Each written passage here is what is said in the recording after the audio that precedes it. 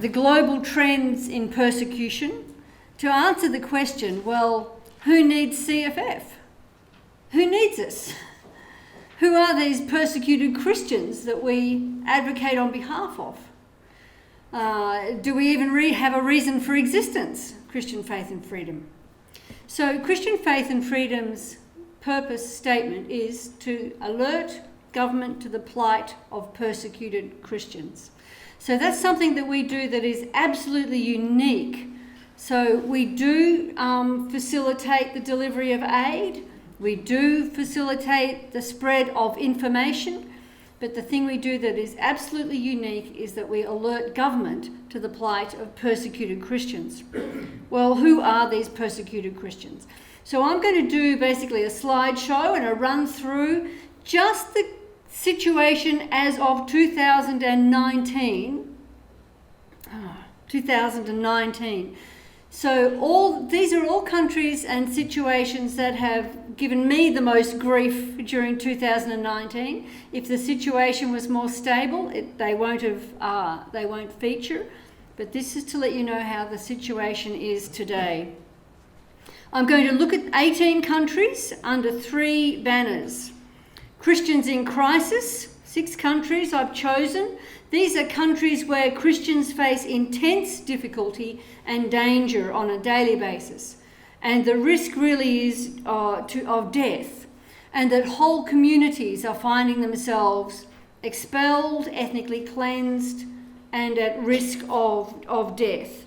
So this is a serious crisis situation. Now there are other countries I could have included, countries where Christians are in perpetual crisis, like North Korea, Afghanistan, Somalia, Christians who are captives of Al-Qaeda and other Islamic groups. But what I've done here is I've chosen 6 countries that, if you look at the Religious Liberty prayer bulletins, these are the countries that feature most highly with most urgent crisis situations. Then we'll look at 6 countries which I've described as countries of concern, countries where the situation is very bad, serious, and probably getting worse. In fact, definitely getting worse. Some of them could have been regarded as crisis countries, but one of the things that I constantly do when I prepare a prayer bulletin is work out, prioritise countries where people are facing like death and large numbers of deaths. And these countries haven't quite made it there this year. The other group I want to look at is countries to watch. So that is countries that things could get better or things could get worse very, very quickly. Okay. So the first country I want to look at in terms of Christians in crisis is India. Now in May of 2019, in May of this year, the Hindu nationalist Bharatiya Janata Party, led by the proud Hindu nationalist Narendra Modi, was re-elected. Now, actually, people thought that they would be re-elected, but that they wouldn't have a majority. They thought things are not as good as the BJP were hoping. They're going to be forced into coalition, but they weren't. They managed to harness social media and fuel communal hatreds to the point that they were elected overwhelmingly. They are now only 1 seat short of the 2/3 majority they need to change the constitution of India to declare it officially a Hindu nation. Hindu nationalism is religion for political gain. And the political gain is that India's elites will remain as elites according to the Hindu caste system. They will retain power essentially forever. This is all about power. It's all about keeping the elites, the Hindu elites, in power. And the way they do it is they fuel religious hatreds. And they say that India, which they call Hindustan, is the homeland of the Hindu race. And every person who is not a Hindu has been tricked to be something else, or their ancestors were tricked to be something else. They were converted to Christianity or Islam, And what they need to do now is come back into the Hindu mainstream for the sake of India's national security and power in the world. And if they refuse to do it, they're basically deemed to be a subversive element that's a threat to national security. And that's where the Christians are at in India today. And that is why violence is soaring in India against Christians. The worst violence occurs in the tribal belt, which is in North India. Violence with impunity has become the order of the day. Hindu nationalists can go into a prayer meeting, beat up the pastor, thrash and expel the prayers, and the police will be called and they will arrest the pastor. And he will be charged with procuring fraudulent conversions, because the assumption is all conversions away from Hinduism are fraudulent. They are done by trickery and everyone should be Hindu. Now, one of the big trends that really has picked up during 2019 has been the trend of the boycott. And this has been happening a lot in the tribal belt of North India. And what happens is that the Hindu elders come together in the village. They make a ruling. This village will be only Hindu. And all the villagers then boycott the Christian community in that village. No water, no food. They may not trade. They may not work their own land. They may not take public transport. What happens is the Christian men flee for their lives because their lives are threatened with death. They can't work. They go out looking for work elsewhere. And the families that are left behind are often expelled from their homes without access to food or water. And this is completely legal and happening all across the tribal belt of North India. And some of the most amazing statements that I have read on faith have come out of North India. One young mother, a single mother with 3 children, whose family was boycotted in their village because they were Christians, she said, "We are ready to starve to death, but we will not deny the Lord Jesus." It's incredibly humbling stuff to read.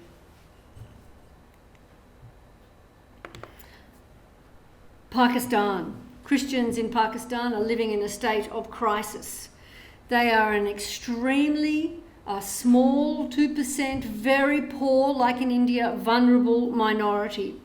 And Pakistan has been undergoing Islamic radicalisation since the 1980s.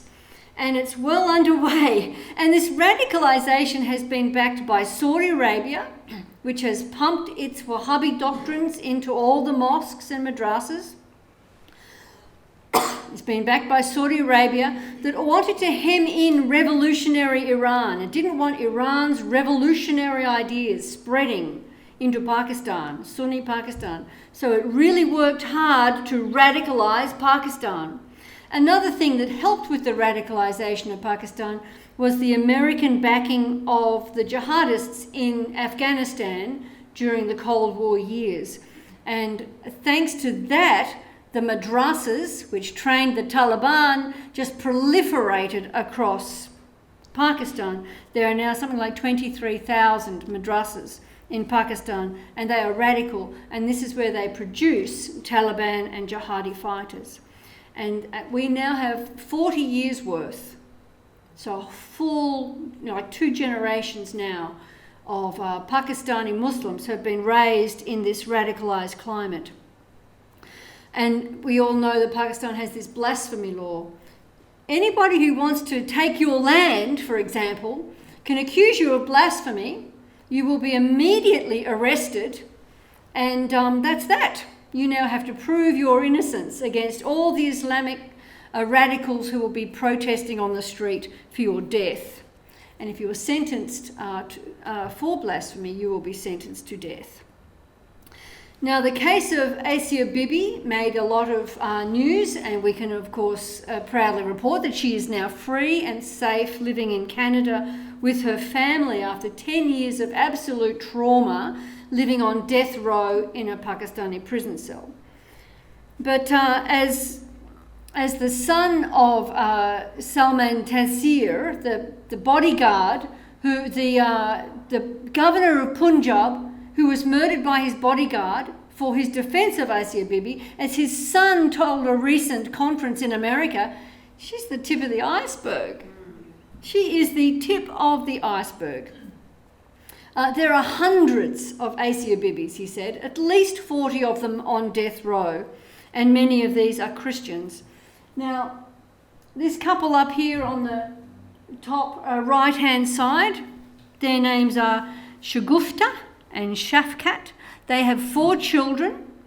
Shafkat is paraplegic. They were jailed in 2013, having been accused of sending a blasphemous text message to an Islamic cleric. I mean, who would do that? In English. Not only do they not speak fluent English, they do not send text messages because they are both illiterate.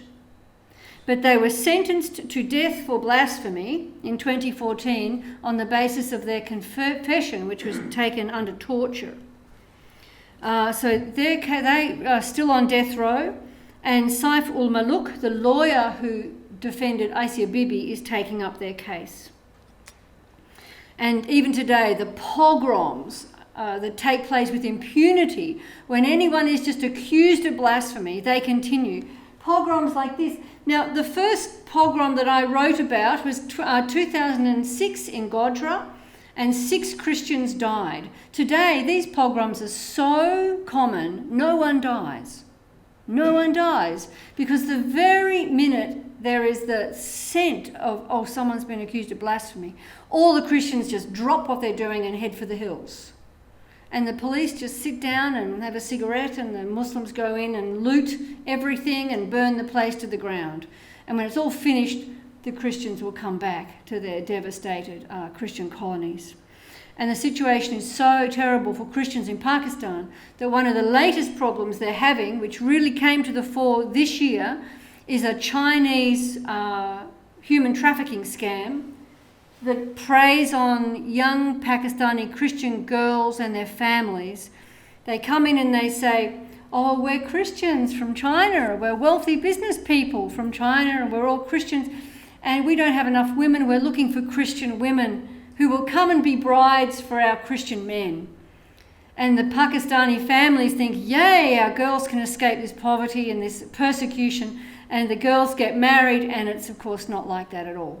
They're basically trafficked into sexual slavery to produce children for Chinese families that can't find a wife for their sons because of the gender imbalance. And this is one of the latest problems in Pakistan. The next country where Christians are in crisis is Nigeria. Nigeria, we are watching both ethnic cleansing take place on a massive scale through the north and the middle belt. Boko Haram continues to wreak havoc and terror. In fact, they raid and conquer Nigerian military bases every week through the north. Almost on a weekly basis, I get reports of another Nigerian military base that has been raided by Boko Haram. They've killed soldiers, they've stolen weapons, and they're advancing. It's quite ridiculous, actually. You might think, well, how does this happen? This band of little thug terrorist guys against the Nigerian army. The reason Boko Haram continues, the reason the Fulani Jihad continues, is because of massive corruption in the Nigerian government. So there's a scam that came to the fore late last year called Armsgate, where the Nigerian government, in league with the heads of the military, would requisition all this military equipment, tanks and helicopters and jet fighters, and they'd get all the money and they wouldn't buy anything because it would all go in their pockets. And the worse the violence gets, the richer they get. So when you hear of Christians being driven from their homes and massacred by jihadis in Nigeria, it is because primarily of corruption. Corruption, which is just, it's flabbergasting.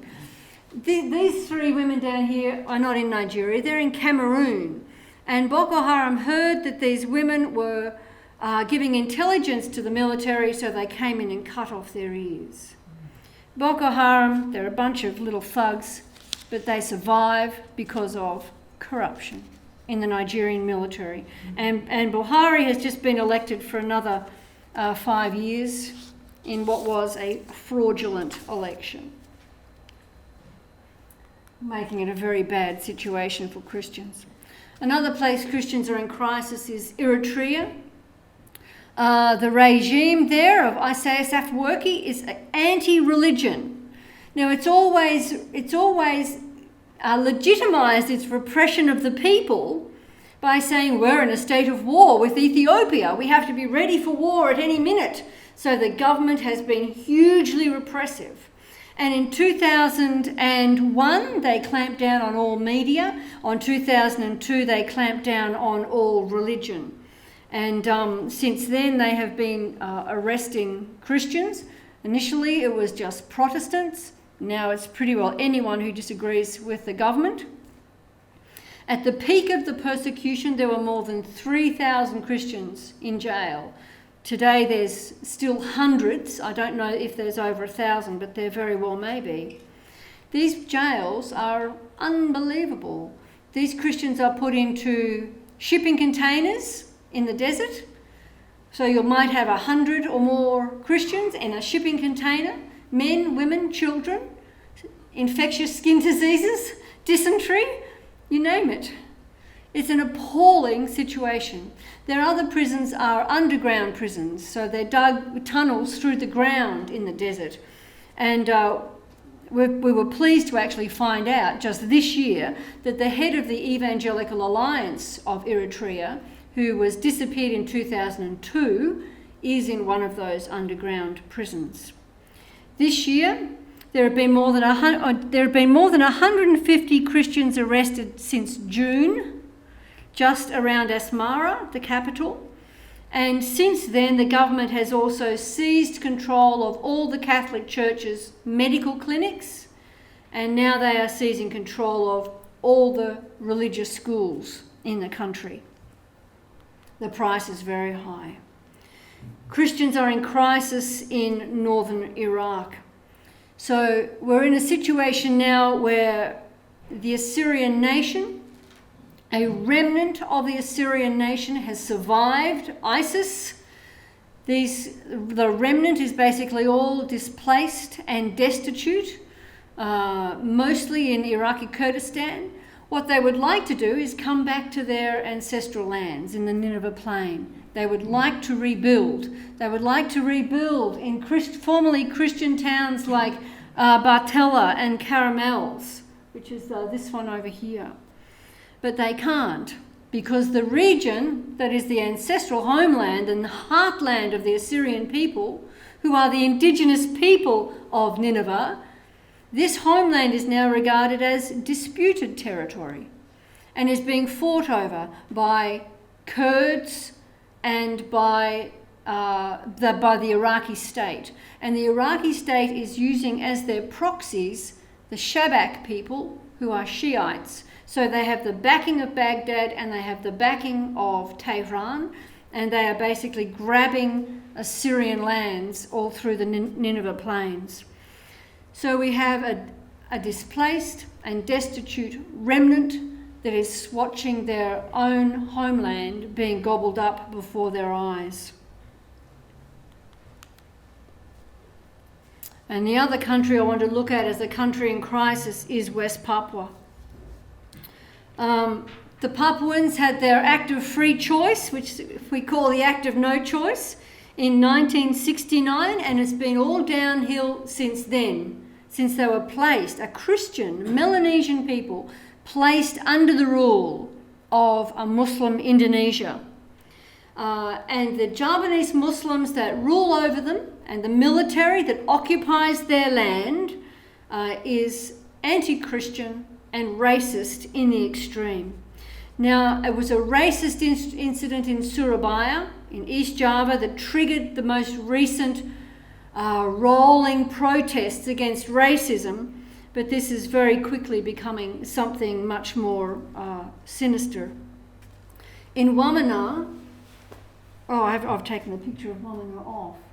In Wamena on the 23rd of September, there were riots. They started out as an anti-racism protest after an Indonesian teacher allegedly referred to a Papuan student in Wamena, this is in the highlands of West Papua, as a monkey. So the students in their school uniforms came out and protested. The Speaker of the House Assembly said that protest was infiltrated by provocateurs who instigated the riots and started burning the homes and the businesses of settlers. So these are Indonesian Muslims. They were burning their homes. And what it looks like has happened is that Papuans from the highlands seem to have been incited to come down into Wamena and kill settlers. My personal suspicion is they may very well have been incited by the Indonesian military itself in order to trigger a Muslim-Christian jihad situation that they could then come in and crack down on it. And indeed we are seeing already in East Java, the jihadi groups have come together to call for jihad in West Papua. So the prospect is that we could see a repeat of what happened in the Moluccas Islands and East Timor. We could see it in West Papua, possibly very soon. These are Christians who are living in absolute crisis. Now, concerning the countries of concern, these countries are really serious. The only reason I've shifted them to this sort of central block is because there have not been massive deaths during the course of 2019. The first country on the list is China. I want to look at is China. Now, China introduced new religious affairs regulations known as Order 686. It came into effect on the 1st of February. And these laws basically put an end to the slack enforcement of laws that had been not fully enforced across the nation. Xi Jinping is very, very serious now about what he's doing. So we've seen the campaign in the south to remove the cross from hundreds of churches, and we're seeing the demolition of churches. The Lin Fen Church, which has long been persecuted, was actually demolished as an illegal church before the new order came into effect. The Chinese government is absolutely not concerned about its own laws, really, at all.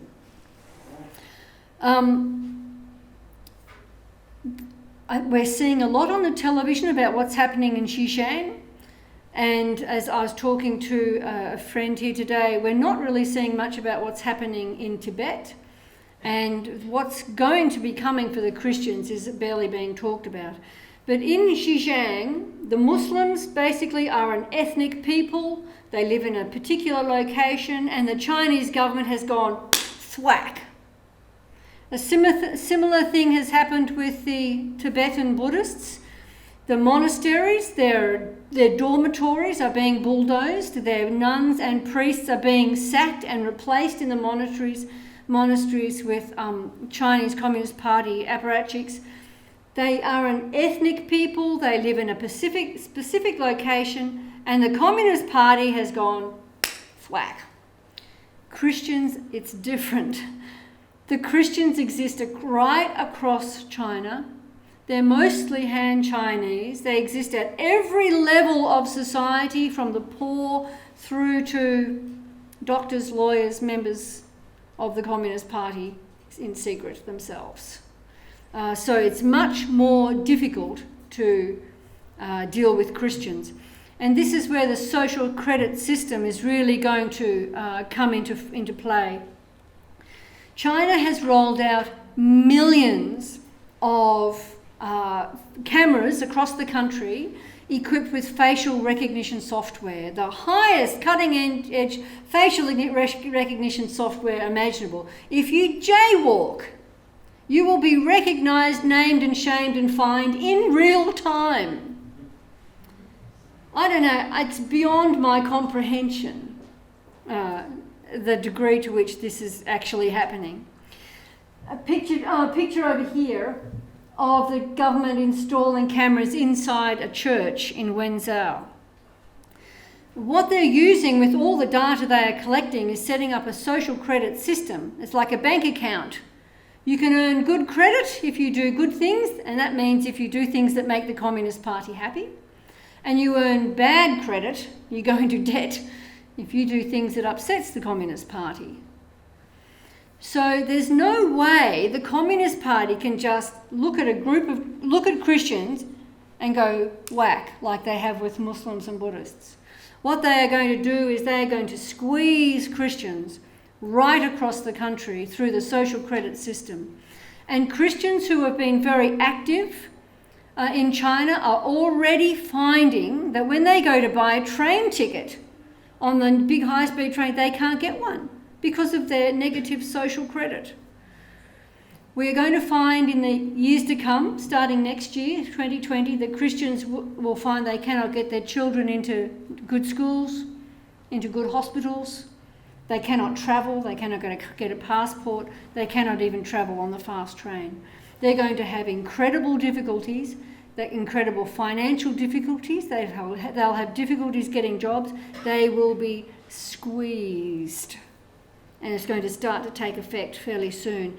And the Chinese government has no qualms torturing people like Gao Xizang, a lawyer, top lawyer, who has disappeared yet again and has already survived several serious torture episodes.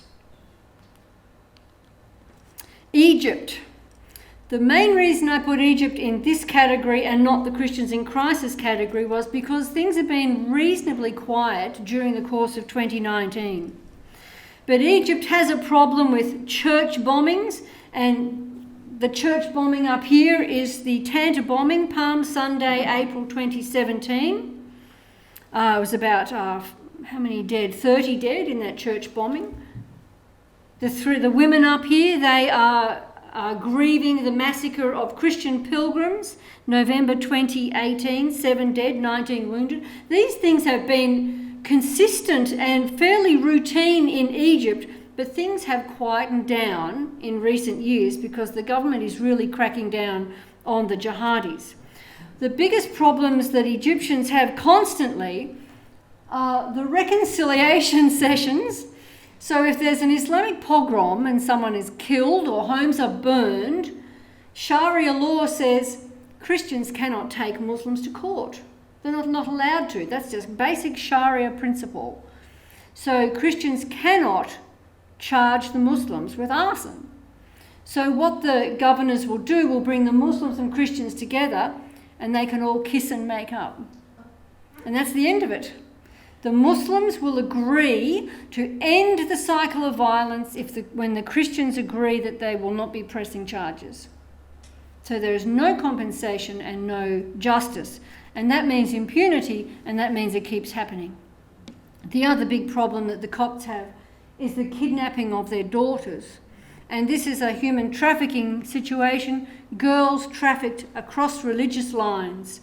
And because the police and various levels of local government are all getting kickbacks from it, no one does anything.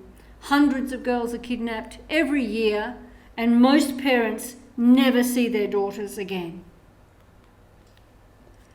Another country that is really serious is in Burma, particularly for the Christian ethnic minorities, the Chin. About 40% of the Karen are Christian, and the Kachin. And this is a situation where the Burman government is ethnic Burman and Buddhist, and they are supremacists. I've often likened them to the regime in Khartoum, the previous regime in Khartoum. They are racist and they are anti-Christian. And so when they want the land that the Christians live on, they fight them with a brutality which boggles the imagination. They don't just drive them off. They will disembowel them. They will crucify them. They will rape women to death. The violence is extreme. And because the military still holds incredible power in the Burmese government, Nothing is ever done about it. There is just no justice, and it's a really terrible situation. So in Burma today, there's over 100,000 Kachin Christians displaced, and the whole region is closed to humanitarian aid. And the church basically looks after the Christians. Iran has deteriorated greatly over the last 2 years. Last year, in middle of 2018, there were about 9 of them were Iranians. So 9 Iranians were sentenced to either 10 to 15 years hard labour on national security offences because of their evangelism and their involvement in the church that witnesses to Muslims. It is illegal, obviously it's illegal for Muslims to convert to Christianity, that's apostasy, but it's also illegal to witness to Muslims. It's illegal to have worship and prayers in the Farsi language. So one of the families that's been greatly persecuted is an Assyrian family, and an Assyrian pastor, Pastor Bet Tamriz, and his wife and his son, because they are an Assyrian pastor, an Assyrian church that has been witnessing to Muslims, Iranian Muslims, and seeing them come to faith in the Lord. So these long sentences are being appealed as we speak. Well, the most recent mass arrest was just recently on the 1st of July. All of these people were arrested. So we have a husband and wife. We have another husband and wife. The 2 men there are brothers. In the centre is their mother. Then we have another husband and wife and a young man who's single. The mother is 61 years old. She was subsequently released. The others, who are all in their 20s and early 30s, as far as we know, remain in detention simply for being Iranian Christians. One that might surprise you, although it won't surprise you if you've been reading the Religious Liberty Prayer Bulletin regularly, which Christian Faith and Freedom so wonderfully sponsors, is the situation in Cuba. Now, Cuba has had terrible persecution in the past. Things had sort of settled down and become fairly mundane. But in February of this year, they held a referendum on constitutional reform. The reforms would enshrine socialism in the constitution, weaken religious freedom, and change or remove the definition of marriage. So evangelicals came out to lead the No campaign on the basis of defending biblical family values. That was the flag, the banner that they lobbied no for. They knew that the door had been opened for same-sex marriage, and so they came out no, and the government labelled them counter-revolutionaries.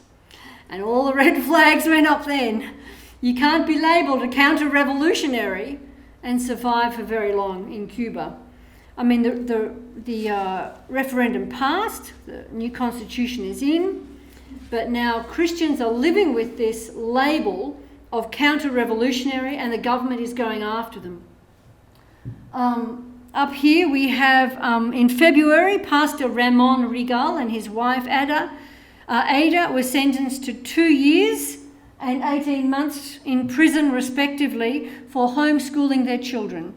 All schools in Cuba are state-run schools. They all run the socialist, Marxist indoctrination. So they were homeschooling their children using a curriculum from a Christian college in Guatemala. And they refused to stop. So they've been separated from their children, and they have been thrown into jail for 2 years. The regime's also going after journalists. So Ricardo was arrested on the 12th of July. He spent 1 week being hooded, beaten, moved from prison to prison, and then he was released and told to stop investigating the persecution of the churches. And there's been another journalist has received the same treatment since then. Pastors too are being harassed and persecuted. So Pastor Alain Violenti of the Emmanuel Church in Santiago de Cuba, he has been threatened. He has previously already lost his home. the church had previously already lost its building. Now the government is threatening to not allow them to meet in their tent on the land. This is a church with several hundred members. The threat to this family and to pastors in Cuba is growing worse by the day. And now I'd suggest that the situation facing Christians in northern Syria is about to get a whole lot worse. Now, the situation in northern Syria is complex. When Turkey invaded Afrin, which is north of Aleppo in the west, Kurdish Christians fled with all the other Kurds. Turks came in along with their jihadist proxies and basically ethnically cleansed the whole town, and the Christians were forced to flee along with all the other Kurds. And they are Kurdish Christians up there. Now Turkey has been threatening and has begun moving into North Syria. The centre picture is of a car bombing in Qamishli, which is Qamishli up in the top, in the northeast up there. This was an ISIS bombing, and ISIS is going to be resurgent during the next year. There's no doubt about that. As Turkey comes in, the Kurds are going to have to relax their grip on ISIS, and ISIS will most certainly resurge. But the Kurds and the Christians are probably more fearful of the Turks than of anything. There has already been a sleeper cell, or possibly one sleeper cell, and 2 attacks have occurred in Raqqa from an ISIS sleeper cell just in the last week. But the Christians in northeast Syria have been suffering for some time under the Kurds anyway. The Kurds are running a socialist, Kurdish nationalist state up there, and most Christians in northeast Syria desperately want the Syrian government back in control. The other great risk to Syrian Christians is the Iranian presence, particularly in the south. The Iranian presence and Iranian belligerence is attracting the wrath of Israel. Israel cannot allow Iran to be building up its armaments and missile depots on its north border. So Israel is bombing Iranian arms caches, usually held by Hezbollah, but also by Iranian Revolutionary Guard Force bases in Syria. They are bombing them almost on a weekly basis. It's happened continuously through the year. And I'm just waiting for the day when, Iran starts actually putting its arms around the Christian population. Its weapons around the Christian population, and Christians start to suffer that. The outskirts of Damascus have been bombed by Israel a couple of times because Iran is building up its weapons bases there. Countries to watch. These are countries where things could change very quickly. And one is the Philippines. Now, things have already got worse in the Philippines. So the picture up the top there, that's the bombing of the cathedral, the Catholic Cathedral of Our Lady of Mount Carmel in Jolo, which is the capital, of Sulu province. Down here. Capital of Sulu province, the islands down in the south there. That was bombed on the Sunday, the 27th of January. 20 were killed, 102 were wounded, and ISIS claimed responsibility. They boasted that they had bombed a Christian temple that held a gathering of crusaders who were performing polytheistic rituals, worshipping the Father, Son and Holy Spirit. Polytheism to ISIS. So, the risk of terrorism continues. The other problem in the South Philippines is the fact that the government of Rodrigo Duterte has now signed a peace deal with the Moro Islamic Liberation Front, and part of this red area, this is a travel warning. So all this red area, it's too dangerous to travel there because of Islamic activity. About 1/3 of that area is now going to be ruled by and governed by the Moro Islamic Liberation Front under Sharia law. And Christians live there. So these are Christians who one day were under the constitution of the Philippines and now are under the Moro Islamic Liberation Front and Sharia law. So how far their constitutional rights extend, it remains to be seen. There's also been a lot of difficulty getting the Moro Islamic Liberation Front to disarm. And in the photo down the bottom, we've got a picture of one such pastor in the southern Philippines, Pastor Jared Ramada, who CFF has been supporting and assisting and communicating with. And he has been involved in helping people displaced from Marawi when ISIS took over Marawi. And he continues to minister and preach the gospel in these extremely dangerous parts of the Philippines. So things could get a lot worse, especially in the southern Philippines. Sudan was essentially a good news story this year, in that in April we saw the removal of of Omar al-Bashir, and we have been praying for the removal of President Omar al-Bashir for a long time. He was pushed out, it was a military coup, and taking over the country was the Transitional Military Council. The most powerful man in Sudan at that time became the head of the Janjaweed, the militias, the Islamic jihadists. This man is a camel herder who was given power by Omar al-Bashir to annihilate all dissent in Darfur. He's a mass murderer, and he was, and probably still is, the most powerful man in Sudan today.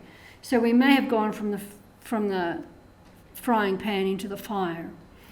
Now, what happened was the protests for the forces for freedom and change were incredible, absolutely incredible, and showed a side of Sudan that most people have no idea. They filled the streets with murals, painted murals. Here's one of them that I particularly love. The protests were led by unions that encompass mostly medical workers. So you've got the doctor in the centre, and you've got the bishop on the side, and you've got a nun. These were protests about getting rid of Sharia law and recognising that Sudan is a country of diverse peoples and diverse faiths. It was an amazing movement. There was a massacre of students in Khartoum on the 4th of June, led, we believe, by Hemeti's rapid support forces. More than 100 of the students were killed, just gunned down and slaughtered. And because of that, there was a lot of pressure to get a deal done. So a deal was forced through on the 4th of August, and on the 4th of August to create this new government. And there's been a lot of celebration, and it has been a good thing, but it's not a done deal. It's really not a done deal. So the people in the war zones, in Darfur, in Blue Nile, and most importantly for us who are Christians in the Nuba Mountains and in South Kordofan, they are not happy with the deal because it does not address the issue of peace in these war zones. So they feel as if yet again, we people on the periphery, us non-Arabs, have been left out of it.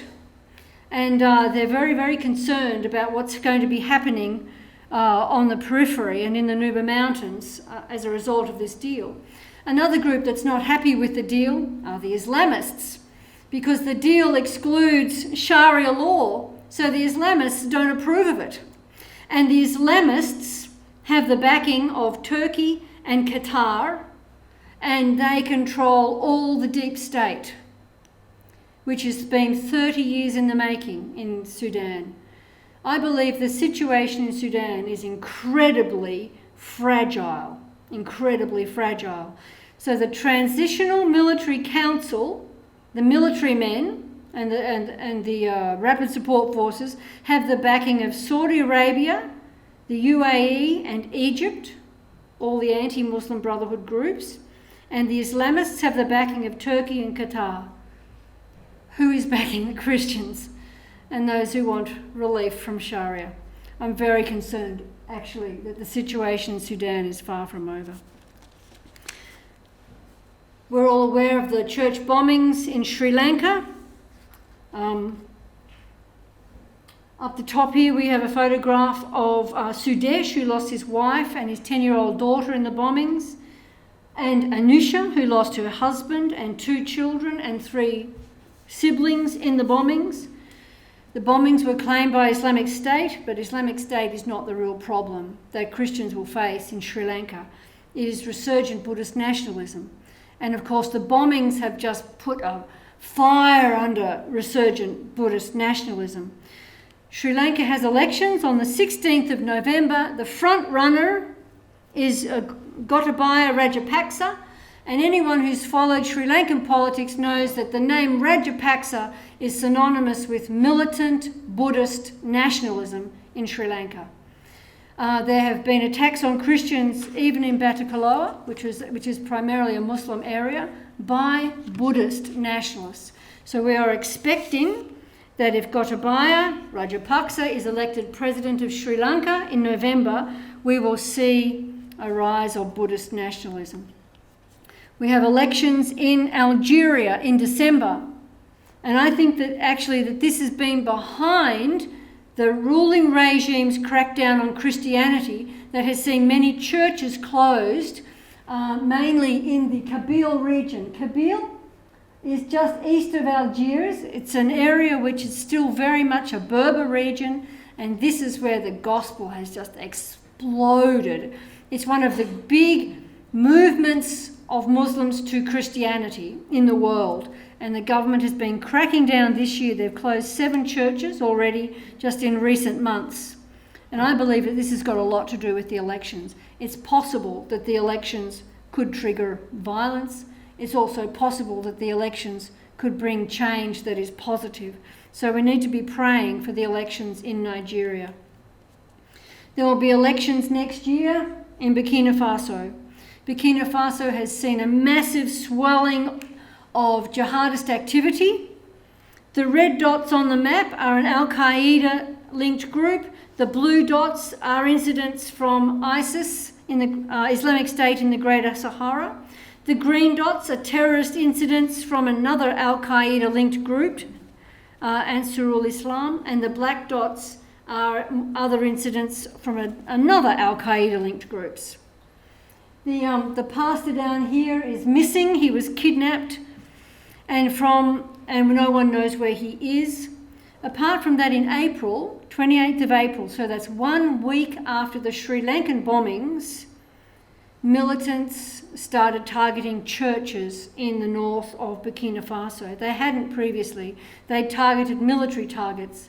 But after ISIS claimed the bombings in Sri Lanka, we started to see attacks on churches, and we then had 3 within the space of a month.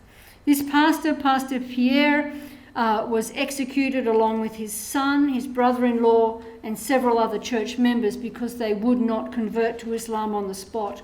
Then the church was burned. So we've seen a rash of terrorist activity, and I have a pretty strong suspicion, personally, that the terrorist activity is the instability is actually being generated from ex-President Blaise Compaoré, who wants to return. He's presently in exile in Ivory Coast, but he wants to return to Burkina Faso, and I think he would like to contest next year's elections. And I think he's triggering the instability. Last country I want to look at is Ethiopia. And there's a photo of my hero up on the board there.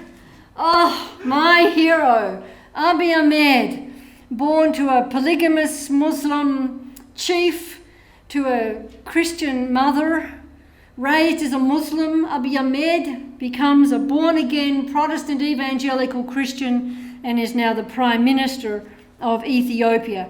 And as of yesterday, the Nobel Prize winner. Nobel Prize winner. Yes, he has been amazing. but the kickback against what he's doing has been phenomenal. And there have been 30 churches burned in the last 13 months.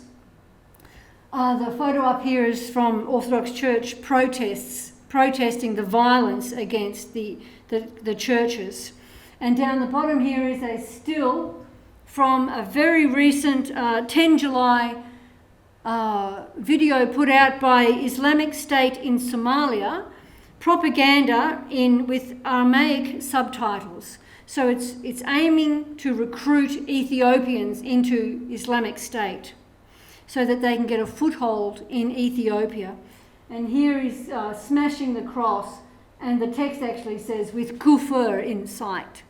So very much an anti-Christian focus in that.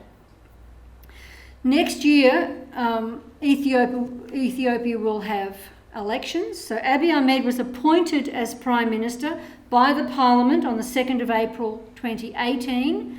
Next year they will have elections, and he will face some really serious competition against Oromo Muslim groups. In particular, an Oromo youth leader by the name of Jawar Mohammed, who, like Abiy Ahmed, is an Oromo Ethiopian, Muslim father, Christian mother, but has chosen radical fundamentalist Islam. And he leads the movement, Kiro, that led the protests that got rid of the last Prime Minister. And he's come back into the country now that the country is free. He's set up an office in the country, and he will be, I think, I fear for the future of Ethiopia. I believe this has become a real spiritual battleground. And this is what I want to finish with. We need to understand the context of all this. It's all terrible. All these people need CFF. I wish they didn't. It's a terrible situation. But the context is really important. The context is that this persecution is occurring in the context of the phenomenal growth of Christianity in the non-Western world. So in 1960, 70% of the church was white, Western and middle class, just like me.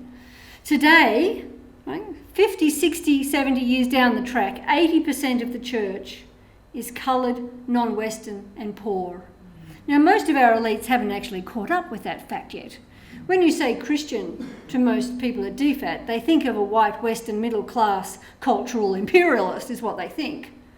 Most Christians in the world are not. They are coloured, non-Western and poor. And this is because of the rise from about 1960 of indigenous missionaries.